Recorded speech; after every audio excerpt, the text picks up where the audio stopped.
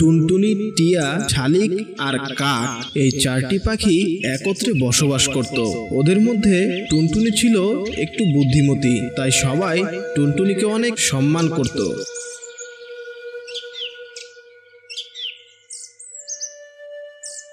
শোনো তোমরা, আমাদের সবাইকে যদি সুরক্ষিত থাকতে হয় তাহলে কখনো কোনো চালাক প্রাণীদের সাথে কথা বলবো না, কারণ চালাক প্রাণীরা সবসময় আমাদের ক্ষতি চায়। ওদের কথার ফাঁদে পড়লে আমাদের কিছু না কিছু ক্ষতি হবেই হবে, তাই সবসময় আমরা ওদেরকে এড়িয়ে চলবো। সত্যি টুনি, তুমি আমাদেরকে নিয়ে কত ভাবো। সত্যি তুমি একজন যোগ্য নেতা, তুমি যেমনটা বললে তেমনটাই করব। শোনো তোমরা, টুনটুনির কথা মতো চলাফেরা করলে আশা করি আমাদের উপর কোনো বড় বিপদ আসবে না। তাছাড়া টুনটুনি ঠিক কথাই বলেছে, অন্যান্য পাখিরা আমাদের দেখে অনেক হিংসা করে, তারা আমাদের ক্ষতি চায় সব সময়। তাই আমরা যতই ওদের থেকে দূরে থাকবো ততই আমরা সুরক্ষিত থাকবো। ঠিক আছে, এখন আমি খাবার খেতে যাচ্ছি, অনেক ক্ষুধা লেগেছে আমার। তোমরা সবাই থাকো, আমি খাবার খেয়ে আবার ফিরে আসছি। এই বলে শালিক গেল খাবার খাওয়ার জন্য বাইরে।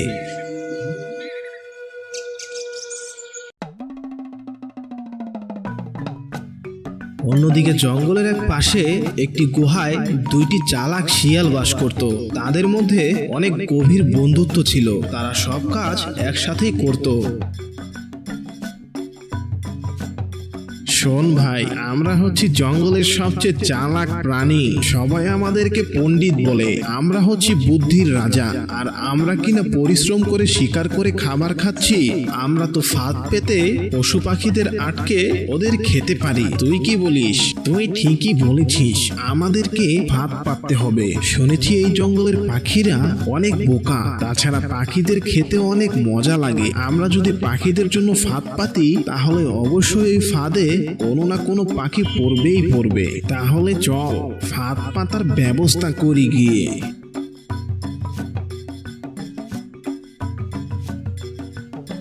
এই বলে দুই শিয়াল চলল জঙ্গলের অন্যদিকে, যেখানে সব পাখিরা বিশ্রাম নিতে আসে।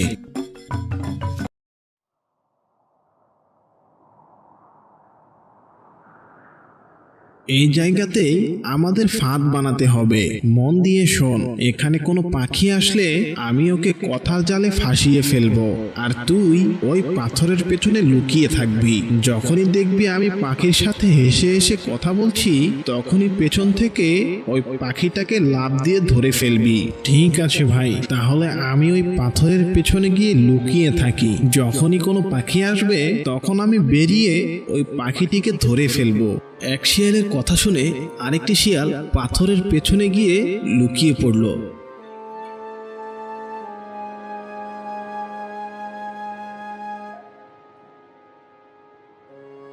বেশ কিছুক্ষণ অপেক্ষা করার পর শালিক ওই গাছে বিশ্রাম নেওয়ার জন্য আসলো। শালিককে দেখে বুদ্ধিমান শিয়াল শালিকের সাথে কথা বলতে শুরু করলো। আরে শালিক ভাই যে, কেমন আছো? দিনকাল কেমন যাচ্ছে তোমার? মনে হচ্ছে অনেক ক্লান্ত হয়েছো, এই জন্য নিশ্চয়ই এই গাছে আসলে বিশ্রাম নেওয়ার জন্য। আমিও অনেক ক্লান্ত হয়ে গেছি, এ কারণেই এই গাছের ছায়ায় বিশ্রাম নিচ্ছি। তো খাবার খেয়েছো নাকি এখান থেকে গিয়ে খাবে? এই তো দিনকাল ভালোই যাচ্ছে, আমি খেয়ে এসেছি। এখানে কিছুক্ষণ বিশ্রাম নিয়ে তারপর বাসায় ফিরে যাব। ও আচ্ছা আচ্ছা, খুব ভালো। এই বলে শিয়াল শালিককে কথার জালে ফেলে দিল। এই সুযোগের অপেক্ষায় ছিল দ্বিতীয় শিয়ালটি। শিয়াল হাসতে হাসতে শালিকের সাথে কথা বলতে লাগলো, আর এদিকে দ্বিতীয় শিয়ালটি শালিকের উপর সুযোগ পেতেই ঝাঁপিয়ে পড়ল।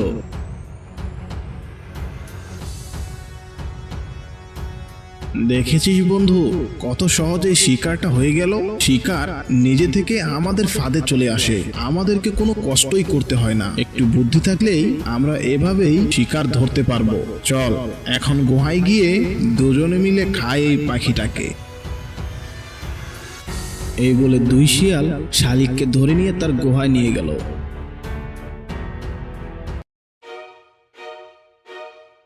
এদিকে পাখিরা শালিক না ফেরায় অনেক চিন্তায় পড়ে গেল।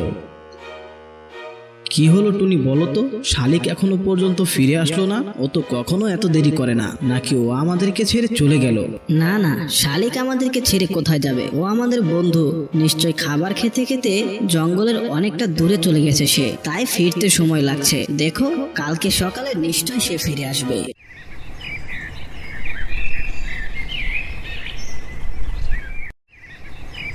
এই বলে সব পাখিরা শালিকের জন্য সকাল পর্যন্ত অপেক্ষা করলো, কিন্তু শালিক তখনও ফিরলো না। এখনো তো আসলো না শালিক, নাকি শালিক আবার কোনো বিপদে পড়েছে? টুনি, আমরা কি জঙ্গলে গিয়ে শালিককে খুঁজবো? বিপদ কেন হবে ওর? মনে হয় কোনো কারণবশত ওর দেরি হচ্ছে। আমরা আরো কিছুক্ষণ অপেক্ষা করি ওর জন্য, দেখি শালিক ফিরে আসে কিনা। তাহলে টুনি, তুমি শালিকের জন্য অপেক্ষা করো, আমি আর টিয়া গিয়ে খাবার খেয়ে আসি। এই বলে কাক আর টিয়া খাবার খাওয়ার জন্য বাইরে গেল। টুনি শালিকের জন্য অপেক্ষায় থাকলো।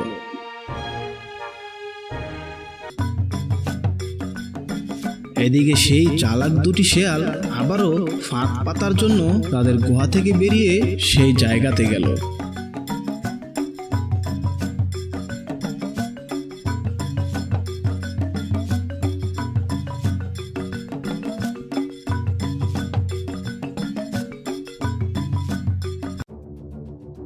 বন্ধু, এইবার গিয়ে লুকিয়ে পড় আর পাখিদের জন্য অপেক্ষা করি আমরা। কোনো পাখি নিশ্চয়ই আসবে এখানে। তখন কালকের মতো আবারও তাকে ধরে ফেলবি তুই সুযোগ পেলেই। এক শিয়ালের কথা শুনে আরেকটি শিয়াল আগের মতো পাথরের পেছনে গিয়ে লুকিয়ে পড়ল।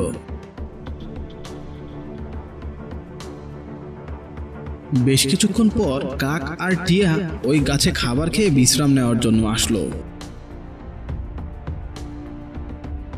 আরে কাক আর টিয়া যে, কেমন আছো তোমরা? নিশ্চয়ই বিশ্রাম নেওয়ার জন্য এখানে এসেছো।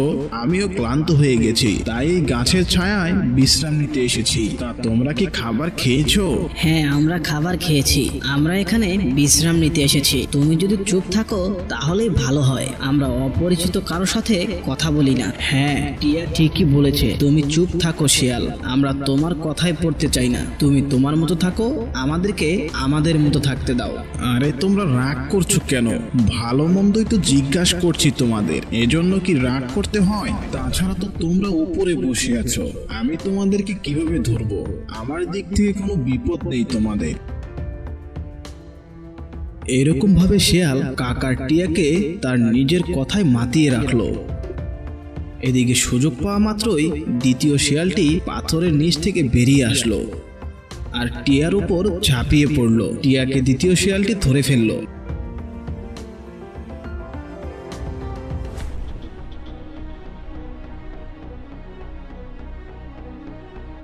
এই দেখে কাক সেখান থেকে পালিয়ে গেল। দেখলি বন্ধু, আমাদের বুদ্ধিতে আরো একটি শিকার করলাম আজকে। ওই বেটা কাক পালিয়ে গেছে, ও আর জীবনে এমুখো হবে না। চল আমরা গুহায় গিয়ে এই টিয়াটাকে খাই। তারপর দুই শেয়াল টিয়াকে মুখে করে নিয়ে তাদের গুহায় চলে গেল। এদিকে কাক সোজা টুনির কাছে গেল। কি হয়েছে তোমার? তুমি এত তাড়াহুড়া করে এখানে আসলে কেন? আর টিয়া কোথায়? ও তো তোমার সাথেই গিয়েছিল।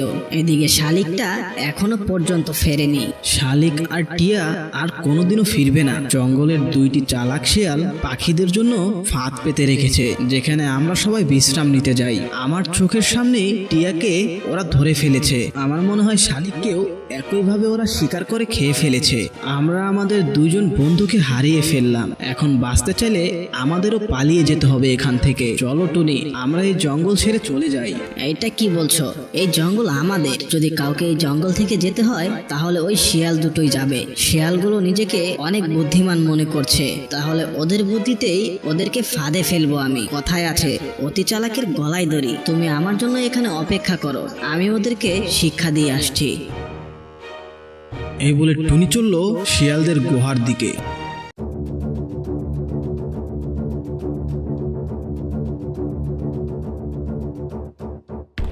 এক পর্যায়ে টুনি শিয়ালদের গুহায় পৌঁছে গেল।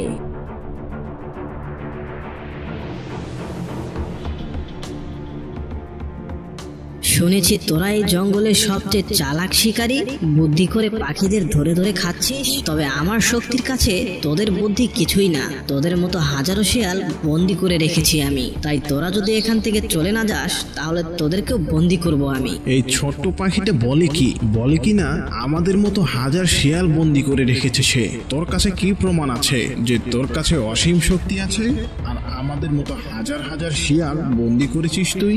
প্রমাণ চাস তোরা? তাহলে তোরা দুজন আমার পেছন পেছন আয়, আমি তোদেরকে প্রমাণ দেখাচ্ছি। এই বলে টুনি দুই চালাক শিয়ালকে নিয়ে গেল নদীর পাড়ে।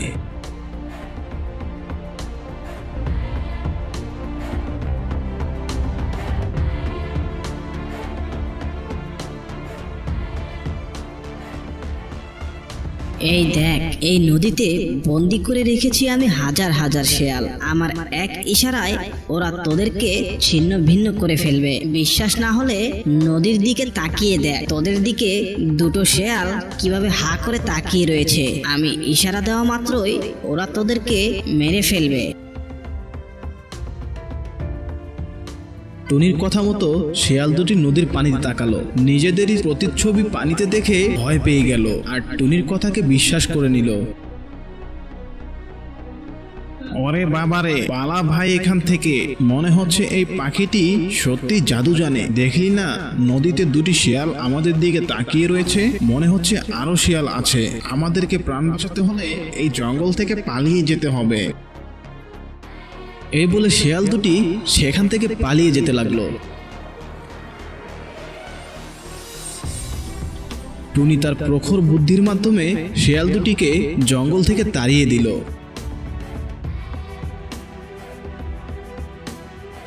আর শেয়াল দুটি চিরদিনের জন্য এই জঙ্গল ছেড়ে চলে গেল।